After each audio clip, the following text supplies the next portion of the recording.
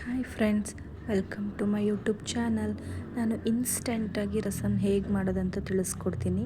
ಮೊದಲಿಗೆ ಒಂದು ಜಾರ್ಗೆ ಸ್ವಲ್ಪ ಬೆಳ್ಳುಳ್ಳಿ ಹಾಕ್ಕೊಳ್ಳಿ, ಹಾಗೆ ಒಂದು ಟೊಮೊಟೊ ಹಾಕ್ಕೊಳ್ಳಿ.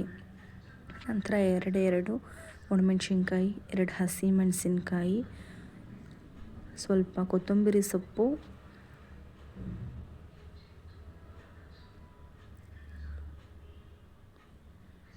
ಒಂದು ಟೇಬಲ್ ಸ್ಪೂನಷ್ಟು ಜೀರಿಗೆ ಹಾಕ್ಕೊಳ್ಳಿ. ನಂತರ ಒಂದು 7ರಿಂದ 8 ಕಾಳು ಮೆಣಸನ್ನು ಹಾಕ್ಕೊಳ್ಳಿ.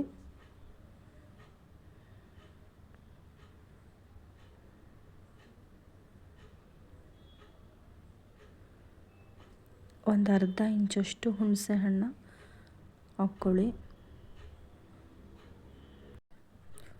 ಇದನ್ನು ಸ್ವಲ್ಪ ತರಿಯಾಗಿ ಗ್ರೈಂಡ್ ಮಾಡ್ಕೊಂಬನ್ನಿ. ನೋಡಿ, ನಾನೀಗ ಗ್ರೈಂಡ್ ಮಾಡ್ಕೊಂಡಿದ್ದೀನಿ.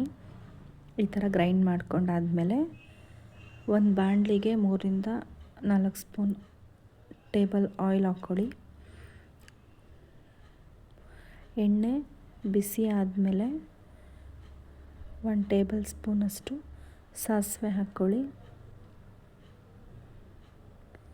ಸಾಸಿವೆ ಎಲ್ಲ ಚೆನ್ನಾಗಿ ಚಿಟಪಟ ಅಂತ ಅಂದಾದಮೇಲೆ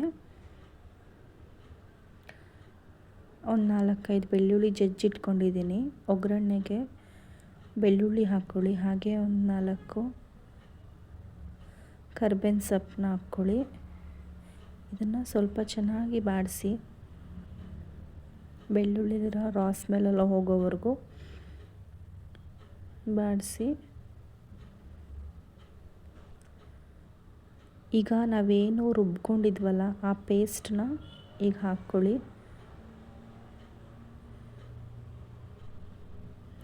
ಹಾಕ್ಕೊಂಡು ಚೆನ್ನಾಗಿ ಕುದಿಸ್ಕೊಳ್ಳಿ. ನೀರು ನಿಮ್ಗೆ ಎಷ್ಟು ಬೇಕೋ ಅಷ್ಟು ನೋಡಿಕೊಂಡು ಚೆನ್ನಾಗಿ ಕುದಿಸ್ಕೊಬೇಕು.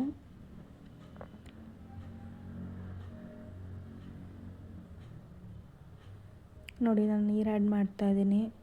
ಚೆನ್ನಾಗಿ ಕುದಿಬೇಕು, ಅದು ರಾ ಸ್ಮೆಲ್ಲೆಲ್ಲ ಹೋಗಬೇಕು. ನೋಡಿ, ಕುದ್ದಾದಮೇಲೆ ಒಂದು ಕುದಿ ಬಂದಾದಮೇಲೆ ನಾನು ಉಪ್ಪು ಆ್ಯಡ್ ಮಾಡ್ತಾಯಿದ್ದೀನಿ. ರುಚಿಗೆ ತಕ್ಕಷ್ಟು ಉಪ್ಪು ಹಾಕ್ಕೊಳ್ಳಿ. ಆಮೇಲೆ ಸ್ವಲ್ಪ ಕೊತ್ತಂಬರಿ ಸೊಪ್ಪು ಕಟ್ ಮಾಡಿ ಇಟ್ಕೊಂಡಿದ್ದೀನಿ, ಸ್ವಲ್ಪ ಕೊತ್ತಂಬರಿ ಸೊಪ್ಪು ಹಾಕ್ಕೊಳ್ಳಿ. ಚೆನ್ನಾಗಿ ಕುದಿಬೇಕು. ಚೆನ್ನಾಗಿ ಕುದಿದ್ರೆ ಒಳ್ಳೆ ಟೇಸ್ಟಿಯಾಗಿರೋ ರಸಮ್ ನಮಗೆ ರೆಡಿ ಆಯಿತು. ಬಿಸಿ ಬಿಸಿ ಅನ್ನದ ಜೊತೆಗೆ ತುಂಬ ಚೆನ್ನಾಗಿರುತ್ತೆ. ನಿಮಗೇನಾದರೂ ಈ ವಿಡಿಯೋ ಇಷ್ಟ ಆದರೆ ಲೈಕ್ ಮಾಡಿ, ಸಬ್ಸ್ಕ್ರೈಬ್ ಮಾಡಿ, ಫ್ರೆಂಡ್ಸು ಫ್ಯಾಮಿಲಿಗೆ ಶೇರ್ ಮಾಡಿ, ಸಪೋರ್ಟ್ ಮಾಡಿ. Thank you for watching.